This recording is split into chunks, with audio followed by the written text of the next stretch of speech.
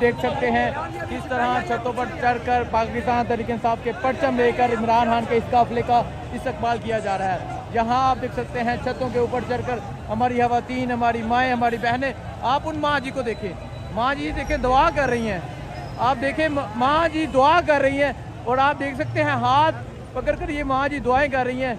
ये जज्बा, ये जुनून आप देख सकते हैं।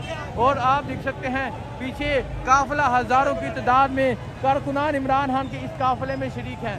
छतों पर चढ़कर लोग इमरान खान के इस्तकबाल कर रहे हैं। वहाँ आप देख सकते हैं ये जज्बा, ये जुनून लाहौरियों साबित कर दिया कि लाहौर इमरान खान के साथ खड़ा है और आज़ादी के नारे लगाए जा रहे हैं।